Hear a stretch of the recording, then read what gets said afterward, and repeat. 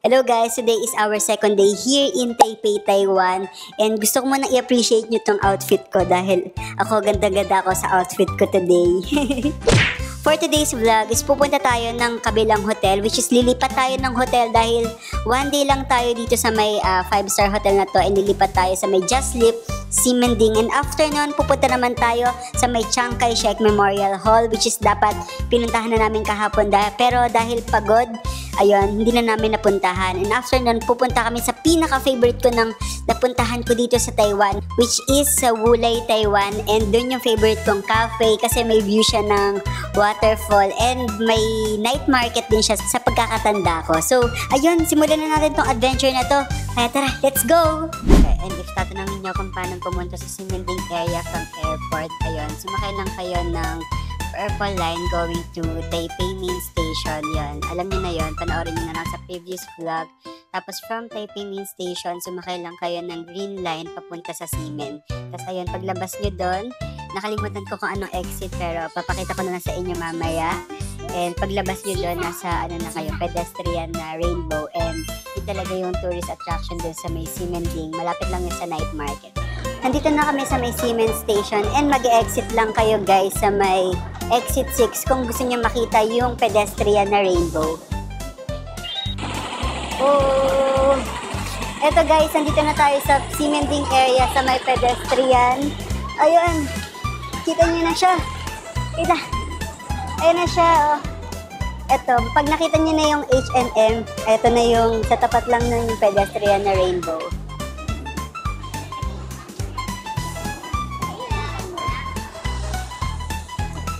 Konti muna pinakita ko sa inyo dahil mamaya magna-night market tayo. So, mamaya ko na lang papakita sa inyo. And pupunta muna tayo sa may hotel namin. Ayan, nandito na tayo sa may Just Sleep Ximending. So, katabi niya lang guys yung 7-Eleven na Hello Kitty. Ayan, kung fan ka ng Hello Kitty, matutuwa ka dito. And second time ko nang mag-i-stay dito sa may Just Sleep Ximending. And nagustuhan ko talaga, kaya dito ulit kami mag-i-stay sa Taiwan trip namin. So, meron din silang mga souvenirs guys na pwede nyo rin bilhin. Tapos meron din silang map. And makikita nyo dyan yung mga tourist attractions. Ayan, yung mga nearby tourist attraction dito sa may Just Sleep Ximending area. So, pupunta tayo guys sa may laundry area. And free lang din yung laundry area. So, may free access din lahat ng mga guests. Ito siya guys. Ayan, may naglalaban na rin. May wet and may dry machine na din. So, instant na talagang matutuyo yung mga damit mo. Kaya, kung dito ka mag-i-stay, pwede kayo maglaba. And guys, sobrang dim na mga light dito. And usually, ito yung mga rooms ng mga guest. Ayan, hindi ko lang alam kung saan room kami mamaya, pero ayan, pupunta kami dito sa room na ito. And guys, may para siyang kid room. It's like a kid room guys. And ayan, sobrang colorful dito. And okay rin mag-TikTok video dito dahil sobrang liwanag.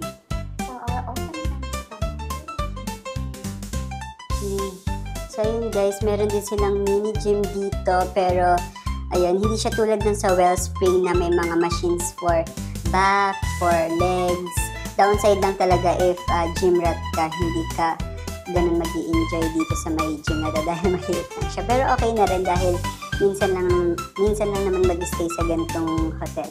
Ayun, sabi ni Miss Joyce, ito daw, sobrang dami daw nag-picture and nag-video dito dahil sobrang ganda. Usually daw, maraming gumagawa ng mga TikTok videos dito, YouTube videos sa room na to dahil, ayan, sobrang liwanag niya nga and sobrang daming mirror guys. So, minsan nakakalito kung nasan ka ba.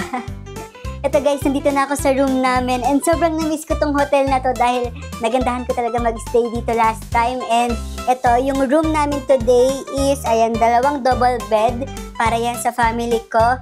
And guys, ito meron silang free complimentary food and drink. So, ayan, pwede yan kainin anytime dahil libre lang yan. And may pa-Happy New Year pa silang sulat. Tapos ito yung sofa nila and ito yung background. Medyo graffiti yung design. Ayan. Tapos ito yung view natin. Tignan nyo. Ito yung pinaka-Ximending area. Ayan. Papunta kami ngayon sa Chiang Kai-shek Memorial Hall. Pero, ayun, kakaalis lang namin sa hotel. So, sasakay ulit kayo sa Ximen Station. Green line lang din papunta sa may Chiang Kai-shek Memorial Hall and 2 station away lang yun. Dito na kami sa may Chiang Kai-shek Station and mag-exit kayo guys sa may exit 5 para makita nyo na yung Chiang Kai-shek. Nandito na tayo ngayon sa Chiang Kai-shek Memorial Hall and ito yung makikita nyo. Sobrang lawak dito guys, as in malawak talaga. And disclaimer lang, sobrang mahangin dito kaya tingnan nyo naman sobrang gulo na ng buhok ko and mabilis tumumba yung mga tripod dito. Especially if mga phone lang nakalagay. Sobrang hanginin talaga. Ayan, maganda mag-picture dito tapos sobrang chill lang guys. Buti na lang malamig ngayon dahil hindi siya ganun katirik na tirik yung araw. Tas ano na rin pahapon na din. Pero pupunta pa kami ng Wulay. Pero anong oras na? Mas maganda kasi usually doon pag mga before lunch para talagang sulit talaga yung Wulay. Pero ayun, wala kasi kami masyadong time kaya kailangan mapuntahan lahat. Sisingit talaga lahat sa time namin. Ayun, tapos na kami sa may Chiang Kai-shek Memorial Hall and pupunta na kami sa may Xindian Station. So, green line lang yun pero dulong-dulo talaga yun ng green line guys dahil doon tayo sasakay ng bus papunta sa Wulay. Ayun, pagdating nyo dito sa may Xindian Station, mag-exit lang kayo dito guys and tandaan nyo yung Family Mart. Doon kayo banda maghihintay ng bus. Sasakyan nating bus is bus 849. Tandaan nyo, bus 849. So, hindi siya all the time na lagi nakastay yung bus na pag may dumating, meron agad hindi guys. So, maghihintay talaga tayo. Tapos ayan guys, makikita nyo dito yung number ng bus. Ayan, tignan nyo, bus 849.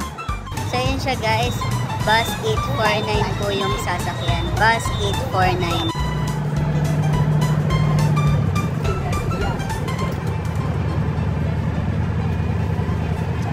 After less than 30 minutes, nandito na agad kami sa Wulay, Taiwan. And guys, ito yung famous bridge dito. And sobrang ganda dito.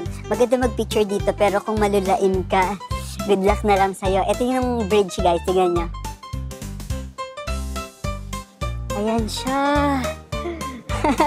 Excited ako mag-picture. Tapos guys, ito kasi yung tubig. Wait lang, papakita ko sa inyo yung tubig. Ito yung itsura ng tubig guys. Ayan. Ayan siya, oh.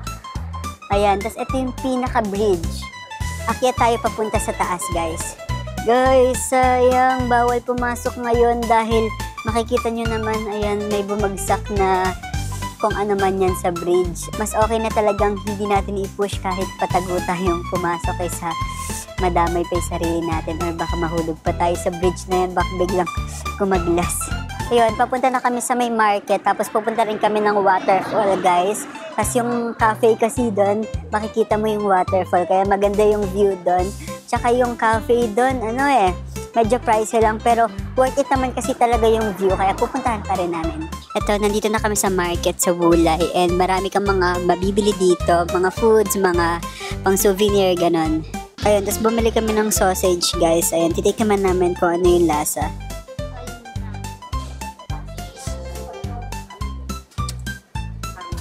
Unit. Masarap. Okay siya. Tapos dire-diretsuhin nyo lang para makapunta kayo sa may log cart. Ayan. Yung log cart.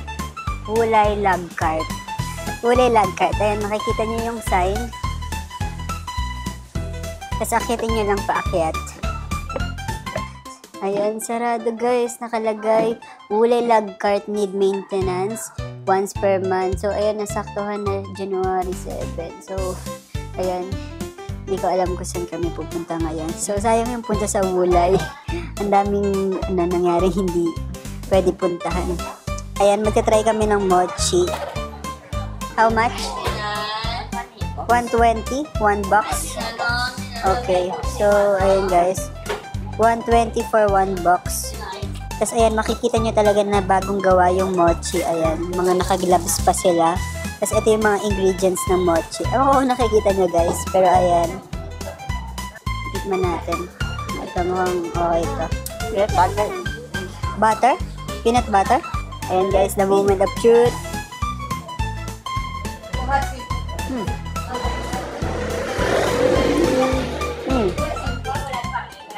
Wala akong kukusulta.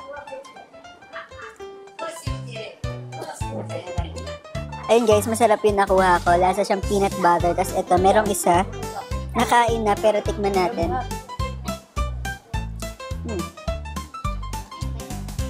Para siyang munggo. Bumili rin kami ng taro cake. Ayan. Isasaw-saw daw. Saan? What's this? Ayan. May sauce siya. Chili? What's this? Sauce. Natikman mo muna ng walang sauce. Tikman muna natin ng walang sauce.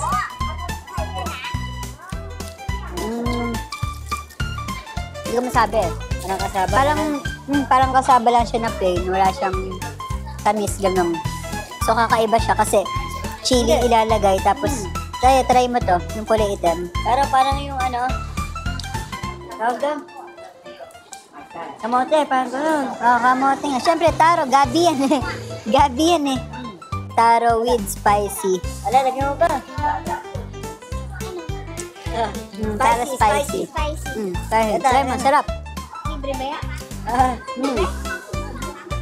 Ayan. Uy. Taro with spicy. Kakaiba, spicy taro. Spicy? Diba usually matatamis? Ay, si Taro. Thank you.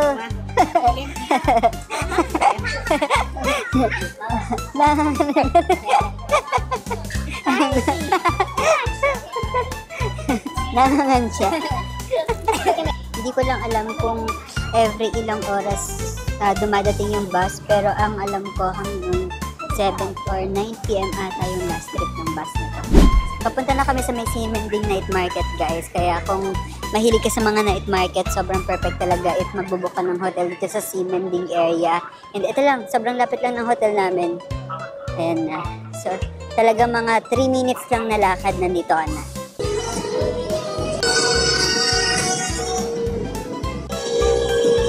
Ito guys, nag-crave kami sa ramen, kaya kakain kami sa may Toto Ramen. Ayan, nakita niyo ba? Ayan, papasok na tayo and may pila pa ata. Di pa agad sila pinapasok.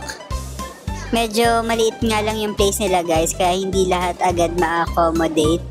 Order kami ng spicy miso ramen and of course, order din kami ng mega, mega char siu ramen. So ayan, ito yung akin dahil ito yung pinakamahal pa ka, ito yung pinakamasarap. Ito na guys yung order namin. So ito yung mega and ito naman yung spicy miso ramen. Ayan, makapal guys. And umuusok pa talaga. Sarap ng pork. Masarap yung pork, malambot.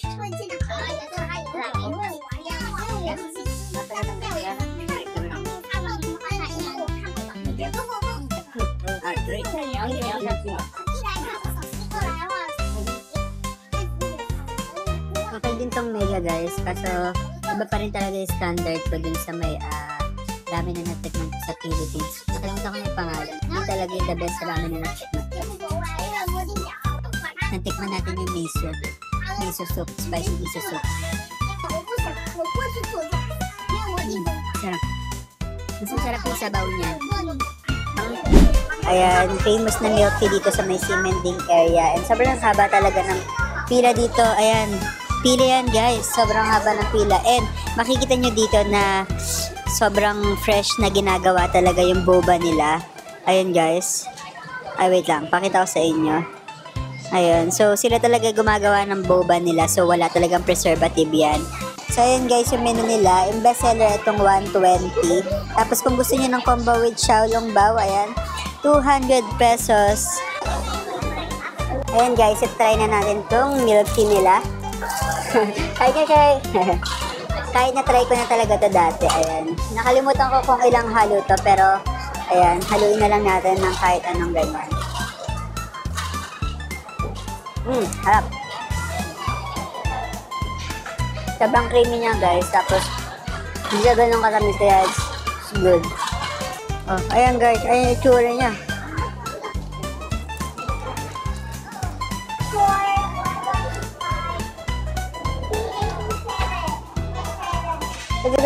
Kasi higupin mo yung sabaw. Pag gano'n mo, may sabaw siya sa loob. So, higupin mo. Parang balot lang. Tapos kaya, kaya mo. Kaya mo lahat. Dahil na akin nakaanghang. Ayun, magpapahinga na muna kami dahil super pagod din today. Pero, ayun, wait lang. 3, 2, 1 yung stoplight. Ayan. So, ayun guys. Tatapusin ko na aking vlog dito. Bukas is our day 3 here in Taiwan. Kaya abangan niyo yung vlog na yun. So, yun na guys. Bye-bye.